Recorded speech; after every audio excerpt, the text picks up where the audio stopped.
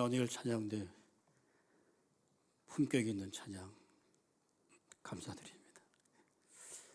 전 대구에서 오래 목회를 해서 이 대구 문화 자체가 유교 문화에 근간하고 있기 때문에 너무 경건하셔갖고 그 예배 시간에 아멘을 잘 안 합니다.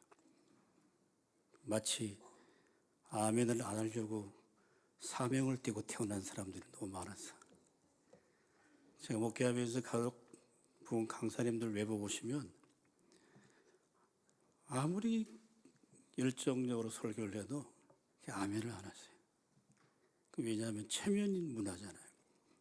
내가 이렇게 하면 저 사람 옆에 사람이 날 뭐라고 할까라고 하는 그런 생각들이 많기 때문에 아멘 안 하는데, 물론 기계적인 아멘은 하나님이 원치 않습니다.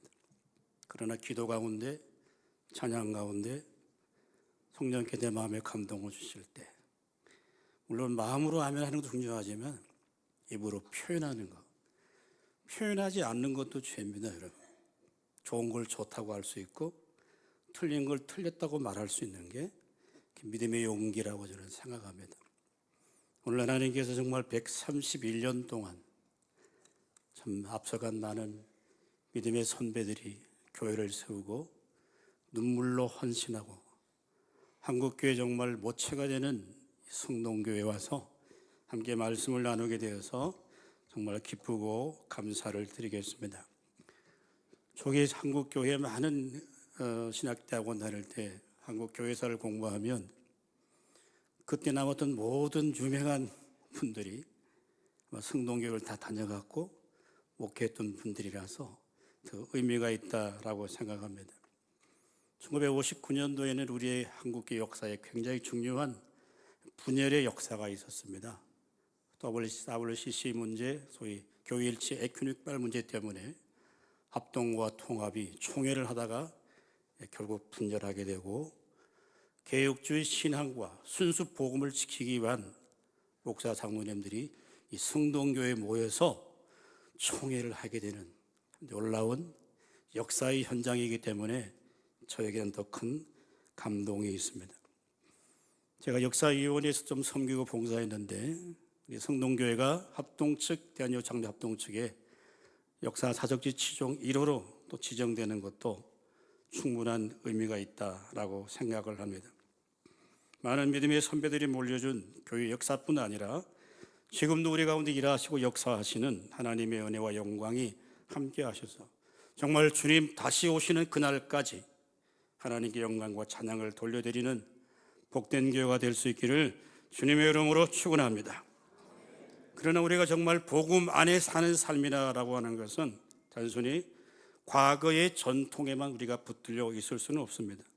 조국 교회는 기독교 초기에 수많은 믿음의 사람들이 헌신과 눈물이 있었습니다.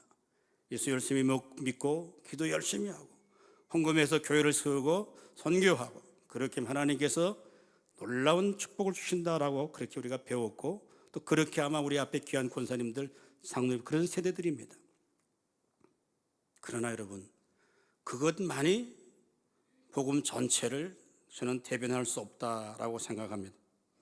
이런 모든 신앙의 행위가 예수 그리스도의 십자가의 복음 속에 담겨 있는 모든 의미를 대변할 수는 없습니다.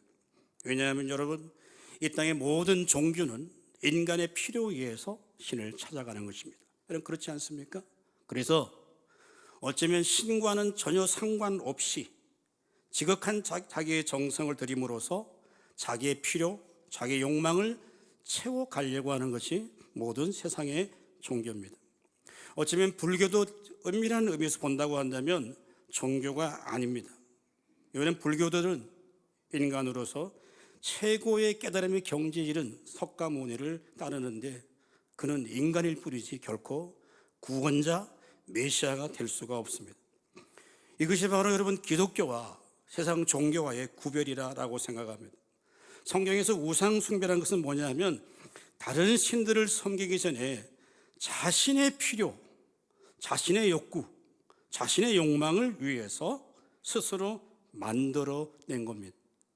기독교는 하나님께서 성경을 통해서 하나님 자신이 어떤 분인가라고 하는 것을 역사와 시공간 속에서 끊임없이 말씀하시고 찾아가시고 간섭하시고 섭리하시고 역사하시는 분이 바로 우리가 믿는 하나님이십니다. 여러분, 구약의 역사를 보십시오. 특별히 아브라함을 보시고 너무 잘 알지 않습니까?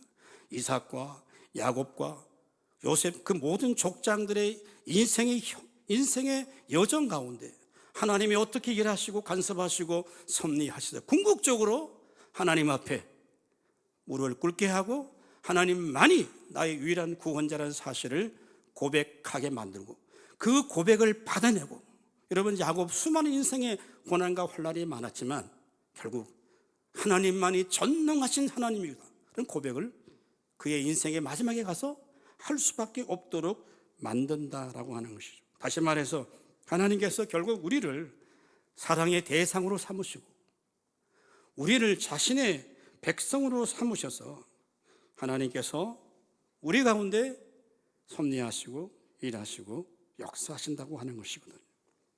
우리가 예수를 믿고 복음을 받았다라고 하는 것은 하나님을 애절하게 붙들고 늘어져서 하나님을 굴복시키는 것이 아니라 자신의 욕망과 소원을 내려놓고 하나님만을, 그분만이 나의 구원자라는 확신을 가지고 믿음의 걸음을 걸어가는 겁니다. 유명한 마르틴 루터는 이렇게 이야기했습니다. 한번 띄워보십시오. 시작. 내 손에 잡혀있는 하나님은 더 이상 하나님이 아니다. 여러분, 이 말씀을, 문장을 좀 이해하시겠습니까? 하나님을 내가 마음대로 조정할 수 있다고 한다면 그는 진정 내 하나님이 아닌 거예요. 복음을 받고 예수 믿고 하나님 백성 됐다고 하는 것은 내가 내 인생을 주도적으로 끌고 가는 것이 아니라 하나님이 내 인생의 주도 역할을 하시겠다고 하는 거예요. 그래서 나를 구원시켜 주시고 하나님 백성 만들어 주시는 거예요. 제가 종교개혁지를 방문하면서 마르틴 루터가 수도사가 있었을 때 아구스틴의 수도원에 직접 가본 경험이 있습니다. 18년도였는데 수도사들은 새벽 2시에 일어나서 경건식을 연구를 합니다. 엄격한 규율 속에서 성경을 연구하고 기도 시간을 갖고 청빈한 수도사의 삶을 살기 위해서 오후가 되면 닭발을 하기 위해서 현장으로 달려갑니다. 엄격한 규율 속에 살았던 마르틴 루터가 어느 날 그에게 로마를 방문할 수 있는 기회가 그에게 주어졌습니다. 그래서 그가 로마에 갔었는데 그 시대의 모든 종교의 중심이었던 로마 교회가 얼마나 불꽃과 불의가 타락해져가는 그 현장을 수많은 사제들이 음란하고, 강대상에서 말하기 좀 힘듭니다만 부패하고 타락한 그 현장을 경험하기 시작합니다. 그리고 자신도 여전히 로마의 산타스칼라 성당, 한번 잠깐 사진 한번 보십시오. 네. 저 28개의 계단이 빌라도 법정에서 예수 그리스도의 직접 십자가를 지고 올라가셨던 계단입니다. 콘스탄티네스의 어머니 헬레나 여사가 직접 저 빌라도 법정에 있는 계단 28개를 가지고 와서 산타스칼라 성당을 세운 거예요. 그래서 모든 수도사들이 저기에 무릎을 꿇고 자기의 의를 이루기 위해서 올라간.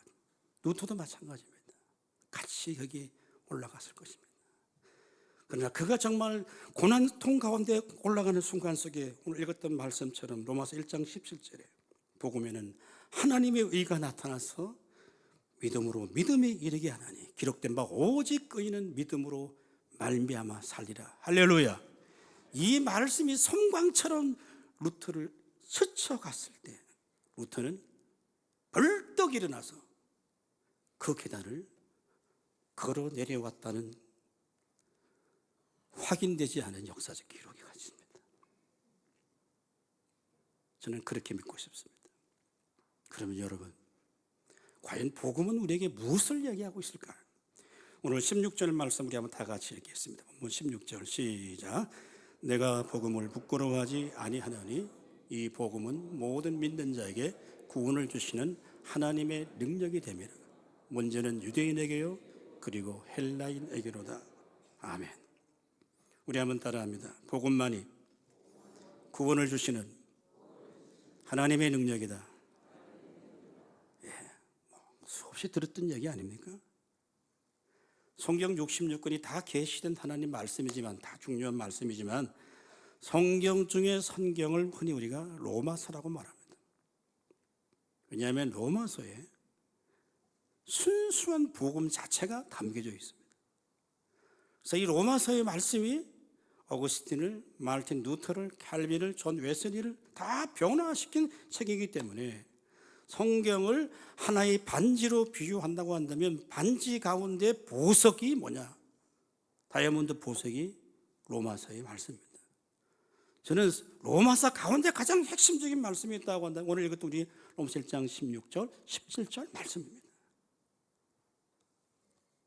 로마 교회는 사도 바울이 한 번도 방문한 적이 없습니다. 모르는 교회입니다. 이미 사도 바울이 고린도에 서서 AD 56년, 57년에 로마서를 기록할 당시에 이미 로마 교회는 이미 존재하고 있었던 교회입니다. AD 313년에 기독교가 공인되기 그 전에 전부 숨어서 노예들이, 종들이, 심지어 핍박을 피해서 지하의 카타콤 속에서 끝까지 믿음과 신앙을 지키게 된 그 궁극적 이유는 뭐냐 하면 바울이 선포했던, 바울이 증거했던 이 로마서의 말씀 때문에, 복음 때문에 그들이 생명을 담보하면서도 신앙과 믿음을 지킬 수가 있었습니다. 역사에 의하면 심지어 카타콤에 직접 태어났던 자녀가 한 번도 지상에 올라와서 햇빛 보지 못하고 죽어간 그런 자들이 역사 속에 있어져 왔습니다. 오늘 사도 바울은 우리에게 왜 우리가 복음이 필요한가라고 하는 질문에 대해서 논증하기 시작합니다. 결국 모든 인간은 다 죄인일 수밖에 없고 구원받아야 될 존재, 필요성이 있다라고 하는 것이죠. 그러나 그 구원은 자신의 노력이나 행위를 통해서 얻을 수 없고 오직 십자가에서 우리의 죄를 위해 보배로운 피를 흘리신 예수 그리스도의 은혜로 말미암아 구원을 받는 줄로 믿을 수 있기를 주님의 이름으로 축원합니다. 그래서 오늘 바울은 내가 복음을 부끄러워하지 아니하노니라고 합니다. 그러면 그 이유가 뭘까요? 한번 생각해 보십시오. 저 팔레스틴 땅에서 이름도 족보도 없는 한 젊은 나사렛 청년이 십자가에서 처참하게 죽어갔던 한 청년, 그가 인간의 모든 죄를 위해 죽으시고 그가 다시 살아났다는 진리를 믿는다고 하는 것이 이게 말이 되는 이야기입니까? 이건 납득이 되시나요? 이성적이고 합리적인 사고를 갖고 있는 로마 사람들과 헬라 철학에 기반한 지성인들에게 과연 이 진리가 믿어질 수 있습니까? 불가능한 거예요. 그러나 바울은 복음을 부끄러워할 수밖에 없는 상황 속에서도 내가 복음을 부끄러워하지 아니한다라고 고백하고 있는 거죠.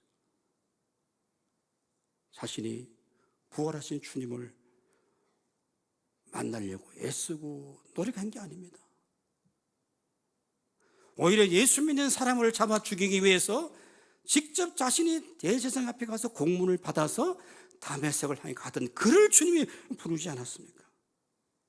결국 그 예수의 십자가의 복음이 자기를 바꾸고 변화시켰어요. 자신의 인생의 목적과 의미와 가치까지도 바꾸고 뒤집어 놓았어요. 그래서 자신 속에 능력으로 역사하시는 하나님을 전 인격적으로 체험하고 자신의 전 생애를 위해서 하나님의 나라와 복음을 위해서 섬긴 것이죠. 저는 5대째 예수를 믿습니다. 제 아버님이 원로 장로님이시고 할아버지도 104세를 사셨습니다. 별로 놀라지도 않으시네요. 얼마를 사시려고 하시죠? 원로 장로님이셨어요. 선교사님께 복음을 받으셨어요. 저는 어린 시절을 기독교 문화 속에 자랐습니다. 중고등학교를 거쳤습니다. 열심히 교회 다녔습니다. 교사도 했습니다. 성가대운도 찬양도 좀 했습니다. 다 했습니다. 예수 안 믿었습니다. 교회를 열심히 다녔지만, 기본적인 성경 지식과 교리를 갖고 있었지만, 전 예수를 안 믿었다는 얘기가 뭐냐면 정말 하나님이 살아계시다는 인격적 신뢰를 하지 못했습니다. 여러분, 우리가 믿는다는 것과 따른다는 것이 절대 분리될 수가 없습니다. 그건 가짜예요. 정말 내가 예수를 믿는다고 한다면 그 주님을 따라가지 않을 수가 없는 거예요. 물론 그 과정에는 차이가 있지만 결국은 궁극적으로 우리가 예수를 정말 믿는다고 한다면 우리는 예수를 따라가야 되고 본받아야 되고 그 십자가를 지고 주님이 더디더라도 가지 않으면 내 믿는다는 것이 허상이 될 수 있다라고 하는 것이죠. 그래서 오늘 바울은 내가 복음을 부끄러워하지 않는다라고 말합니다. 그래서 저는 예수를, 교회는 다는 예수를 안 믿었어요. 대학 다닐 때 교련이 펑크가 나갖고 군대 잡혀갔습니다. 81년도에 군대 갔는데 정말 고생 많이 했어요. 구타도 많이 당하고 정말 그때 힘든 시간을 보냈는데, 왜 이렇게 힘든가? 그런 중에 저는 제 문제를 가지고 한 번도 제가 성경을 읽어본 적이 없는데, 읽는다는 것은 집에 와서 따로 읽어본 적은 없어요. 그런데 기도도 따로 해본 적이 없어요. 뭐 중고등부 다닐 때 뭐는 그렇게 기도할 게 뭐 있습니까? 안 해봤어요. 참 많은 고난과 어려움을 당하니까 정말 막 내 반에서 막 야삽을 막 던지고 이렇게 할 때예요. 그러니까 막 이 고막이 나가고 뭐 그게 한두 친구가 아니었어요. 처음으로 기도해봤어요. 하나님, 제발 좀 도와주십시오. 피할 길을 주십시오. 놀라운 건 여러분, 그럴 때마다 하나님이 내 기도에 응답해 주시고 채워주셨습니다. 놀라운 방법으로 채워주셨어요. 그래서 저는 하나님이 정말 계시는구나. 내가 믿는 예수 그리스도가 어떤 교리적인 예수가 아니라 정말 그분이 살아 계시는구나 하는 것을 확신하면서 그때부터 제가 군대에서 야외에 있는 교회를 나가기 시작했어요. 2등병, 1등병 때는 교회를 마음대로 못 갔습니다. 상병 정도 돼야 교회 나가는데 1등병인데도 교회를 따라갔어요. 따라갔다 오면은 고참들이 막 어떻게 겁도 없이 말이야 일병이 막 군대 교회 가냐고 막 구태다고 그런 시절이 있었는데, 그래도 제가 끝까지 하나님을 만나고 하나님 부족한 죄를 찾아와 주시고, 야 정말 하나님 살아계시구나 하는 걸 경험하기 시작할 때 제 마음에 고통과 시련 가운데서도 은혜를 주시고, 제가 처음으로 여러분 그때는 이 1등병 때는 네오반에서 TV도 볼 수가 없어요. 요즘까지 볼 수가 없어요. 여러분 스마트폰도 좀 하지만 성경을 상상을 못했는데 성경을 내가 화장실에 가서 성경을 읽었던 거 아닙니까? 제가 여러분 군대 생활하면서 성경을 제가 이독을 했습니다. 좀 놀라십시오. 아무도 안 놀라시네. 이독을 했어요. 네? 그래서 저는 복음을 부끄러워하지 않았어요. 부대 안에서 쫄병 들어오면 성경을 소개하고 예수를 소개하고, 그래서 제가 군에서 목회자가 되겠다는 하나님의 부르심을 받았습니다. 할렐루야. 이 저희 어머니 다 기도했어요. 응답이었어요. 사랑하는 여러분, 복음은 우리가 어떻게 구원을 얻을 수 있는가 하는 방법을 제시하는 것이 절대 아닙니다. 하나님이 어떻게 나 같은 죄인에게도 구원을 베풀어 주셨는가를 설명하는 것이 뭐냐? 성경이에요. 도저히 구원받을 수 없는 나를 하나님의 십자가의 은혜로 말미암아 나를 구원받게 하시고 내게 새로운 생명을 주셔서 이 땅에 사는 동안에 나를 위한 존재를 위한 삶이 아니라 나를 부르신 그분을 위해 살도록 부르신 게 뭐냐? 예수 그리스도의 십자가의 복음인 줄로 믿을 수 있기를 주님의 이름으로 축원합니다. 예수 믿고 구원을 받고 사업도 잘 되고 자식도 다 잘 되고 다 성공해서 이 땅에서 편안하게 살다가 주님 부르시면 천국 갑니다 라고 하는 것은 잘못된 건 아닌데요, 온전한 복음의 신앙은 아닙니다.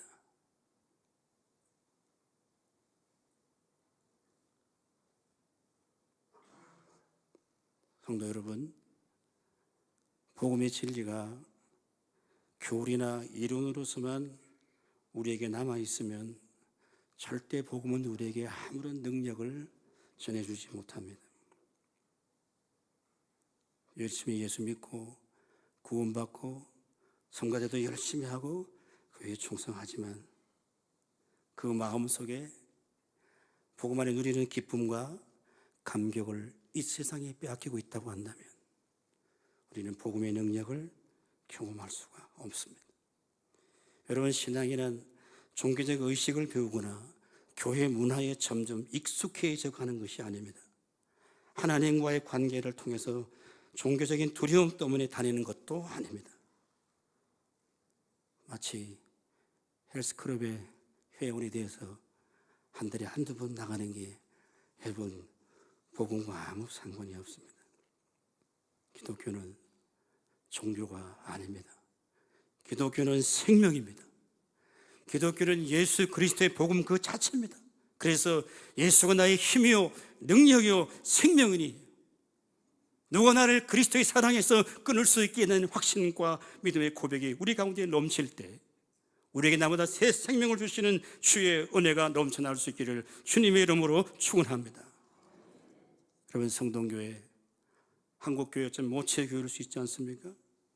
물론 교회의 오랜 전통과 좋은 전통을 갖게 된 것은 교회의 축복이고 성도님들의 축복이고 그 믿음의 유산임이 분명합니다.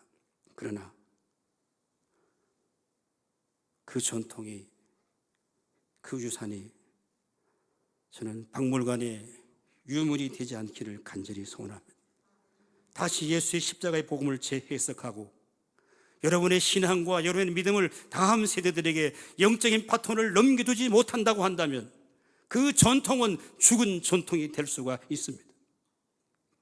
여러분 좀 10대, 20대를 좀 보십시오. 조국 교회 주일학교가 없는 교회가 50%가 넘습니다. 우리 너무나 잘 알고 있지 않습니까? 이젠 선교지가 따로 없습니다. 내 자식에게만이라도 복음을 전해주지 못한다고 한다면, 그를 믿음으로 세우지 못한다고 한다면 우리는 복음을 부끄러워하는 것입니다. 예수의 십자가의 그 복음이, 나를 구원하신 그 예수 그리스도만이 나의 유일한 구원자시오, 그분이 내 인생의 과거와 현재와 미래까지도 다 하나님의 손에 있다는 확신과 믿음이 우리 가운데 있을 때 우리는 세상을 이길 수 있는 복음의 능력이 날마다 우리 가운데 임하게 될 줄로 믿을 수 있기를 주님의 이름으로 축원합니다. 자, 두 번째, 오늘 17절 말씀 다 같이 읽겠습니다. 17절 시작. 복음에는 하나님의 의가 나타나서 믿음으로 믿음에 이르게 하나님, 기록된 바 오직 의인은 믿음으로 말미암아 살리라 함과 같으니라. 아멘. 우리 한번 따라합니다. 오직 복음만이 믿음으로 살게 하는 능력이다. 자, 바울은 복음을 구원을 주시는 하나님의 능력이다 라고 했습니다. 복음이란 복음을 얻는 방법, 즉 죄 사함 받고 구원을 받고 천국 백성이 우리가 되었다 라고 하는 것으로 끝날 수 있는 게 아니에요. 무슨 얘기나? 오늘 바울은 복음 속에 하나님의 의가 나타났다고 말합니다. 굉장히 중요한 단어인데요. 자, 우리 한번 띄워보십시오. 자, 하나님의 의라고 하는 헬라어 단어 디카이오시네라고 하는 단어인데, 이 단어에는 두 가지 의미가 있습니다. 첫째, 법정적 의미죠. 우리가 흔히 칭의, 의롭담을 입는다고 하는 말인데요. 이 단어의 의미는 뭐냐면, 자, 판사가 죄인을 향하여 당신은 죄가 없다라고 하는 무죄의 선언을 선포하는 게 이게 법적인 의미입니다. 근데 이 디카이오 오시네라는 단어 속에는 이 한 가지 단어만 의미가 있는 게 아니에요. 두 번째는 뭐냐? 관계적 의미. 그 관계적 의미가 뭐냐?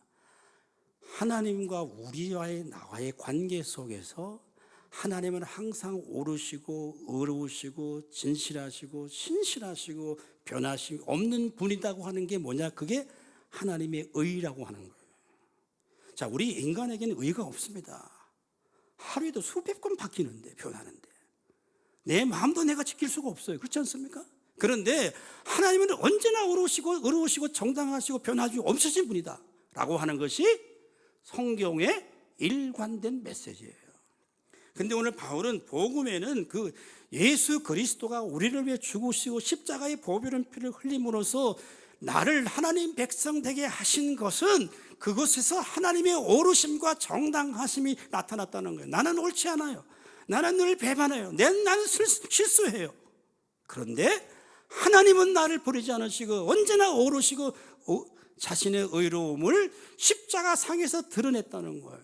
그것이 예수의 십자가의 복음 속에 담겨 있는 가장 중요한 의미예요. 복음은 우리가 받을 죄를 예수께서 대신 받으시고 우리를 예수의 믿음으로 구원받다는 좁은 의미로만 해석하는 것이 아니라 구원받은 자의 삶의 윤리와 구원이 절대 분리될 수 없다고 하는 거죠. 분리될 수 없는 거예요. 천국 가는 티켓을 확보하기 위해서 우리가 이 자리에 나오는 게 아닙니다. 난 이제 예수 믿고 어려워졌다, 구원받았다, 할렐루야 아멘으로 끝날 수 있는 게 아닙니다. 강조점은 뭐가 있을까요? 오늘 조국 교회가 오직 구원, 믿음을 가지고 열정을 갖고 달려왔지만 이 세상 속에서 윤리적 삶과 세속의 가치관을 성경적 가치관으로 바꿔내지 못한 거예요. 지난 23년도에 기독교 윤리운동 실천본부에서 종교의 세상의 영향력에 대한 평가를 했는데 놀라지 마십시오. 오늘 우리가 살고 있는 이 세상 속에서 기독교에 대한 신뢰도가 어느 정도냐? 17%라고 하는 거 여러분 아십니까? 기독교의 집단이 마치 혐오의 집단이 되어갈 수도 있는 거죠. 그 이유가 뭘까요? 복음의 능력이 내 가운데 임함으로 말미암아 나를 바꾸지 못하고 나를 변화시키지 못하는 그 복음은 진정한 복음이 아닙니다, 여러분.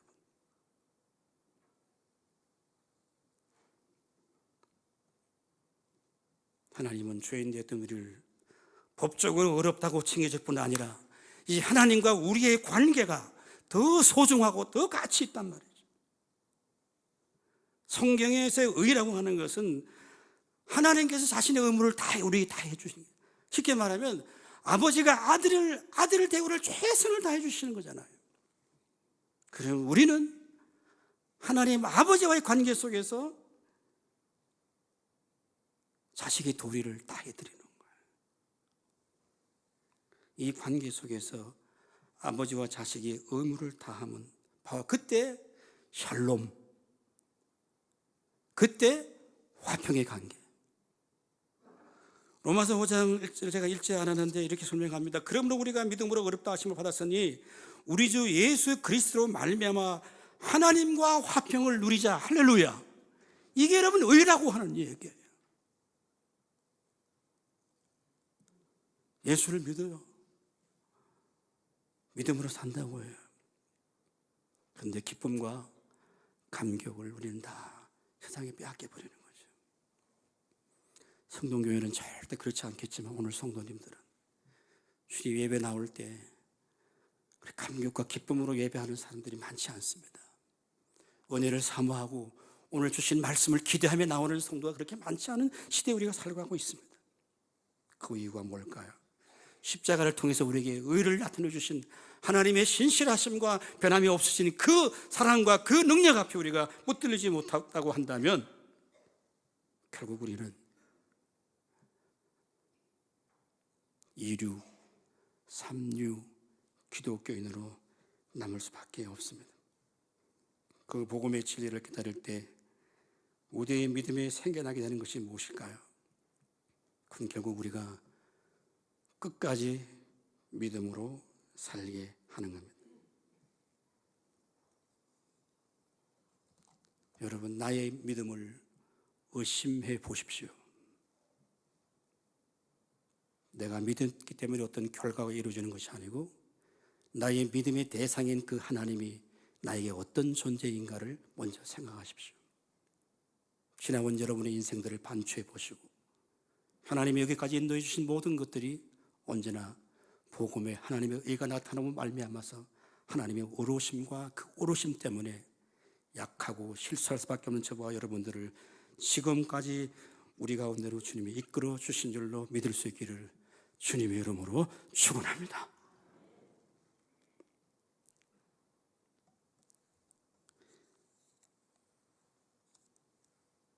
그럴 때 우리는 세상의 힘이 아니라 하나님이 공급해 주시는 영적인 힘으로 살아갈 수밖에 없는 것이죠. 그때 여러분 능력이 나타나는 거예요. 오늘 사도 바울이 이 복음의 진리를 어떻게 깨달았을까? 바울은 구약 성경의 정통한 율법 학자입니다. 어떤 학자에 의하면 사도 바울은 로마서 모세 오경 전체를 암송했다 할 정도로 그는 탁월한 그 시대의 최고의 지성인이고 천재입니다.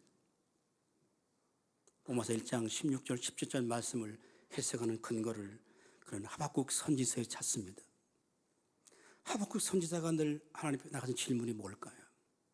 우리가 하나님 열심히 잘 섬기고 제사 열심히 드리는데 왜 야훼 하나님을 섬기는 이 민족이 고난과 시련과 환난과 고통을 당해야 될 그 이유가 무엇입니까? 라고 하는 것이 하박국 선지자의 의문과 질문이었습니다. 그때 하나님 대답은 무엇입니까?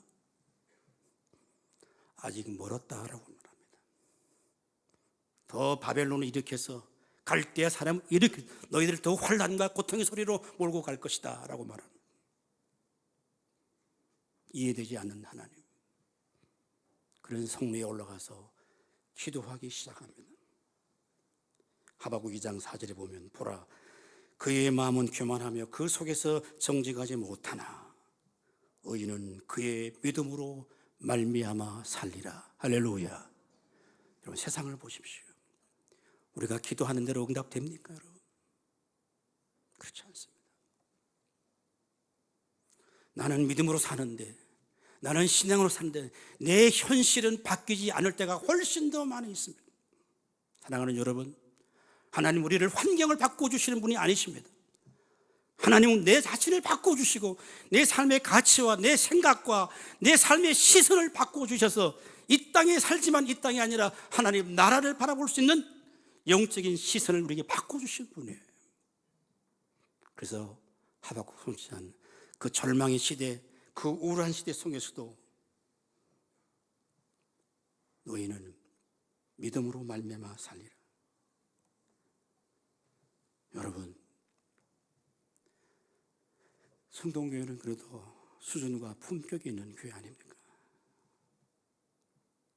제가 교단을 섬기게 보면요,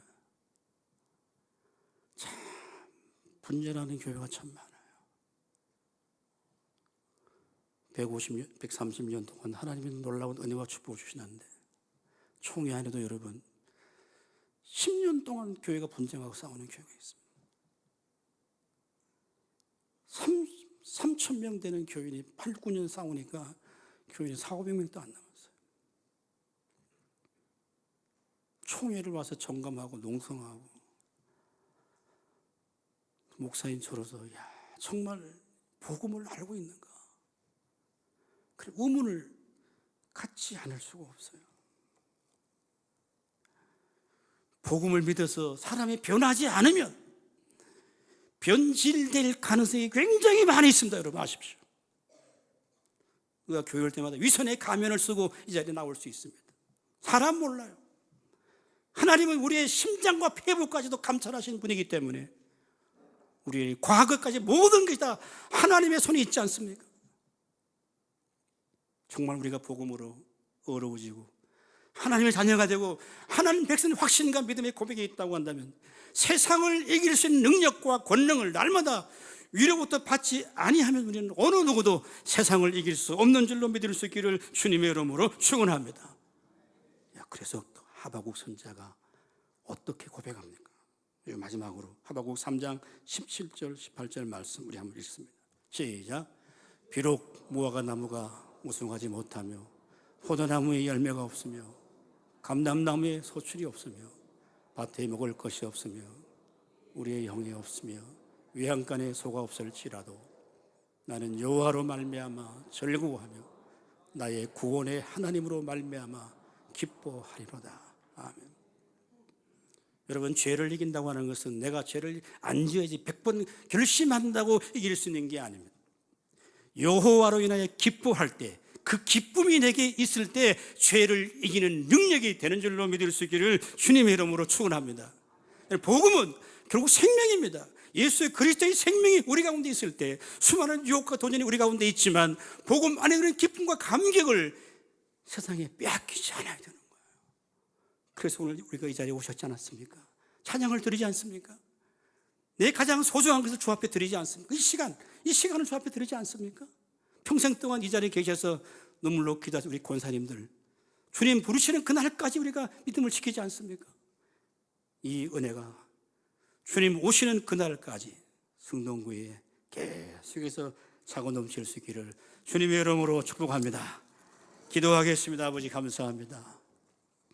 예수의 십자가의 복음 때문에 우리를 살리시고 한 성도가 되게 하시고 교회가 되게 해주셔서 131년 동안 이곳에 하나님의 영광이 드러나게 하시고 십자가의 복음을 선포할 수 있도록 축복해 주시니 감사합니다.